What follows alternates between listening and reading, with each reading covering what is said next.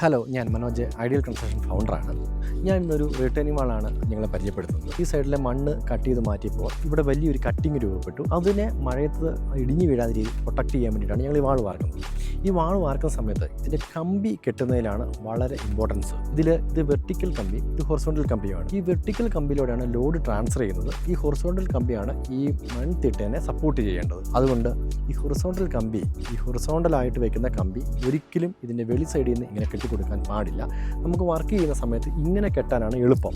ഇതൊരിക്കലും നമ്മൾ വെളിയിൽ വെച്ചിട്ട് ഇങ്ങനെ കെട്ടി വയ്ക്കാൻ പാടില്ല. ഇങ്ങനെ കെട്ടി വെച്ചാൽ ഈ വെർട്ടിക്കൽ കമ്പിയെന്ന് ഈ ഹൊറിസോണ്ടൽ കമ്പി പൊട്ടിപ്പോകാനുള്ള സാധ്യതയും ഈ വാളിന് സ്ക്രാച്ചസും ബെൻഡും ഉണ്ടാകാനുള്ള സാധ്യതയുണ്ട്. അതുകൊണ്ട് ഈ കമ്പി കെട്ടേണ്ടത് ഇതിൻ്റെ അകത്തുനിന്നാണ്. എവിടെയാണോ മണ്ണ് നിൽക്കുന്നത് ആ മണ്ണ് നിൽക്കുന്ന ഭാഗത്തുനിന്ന് വേണം ഇത് കെട്ടിക്കൊടുക്കാനായിട്ട്.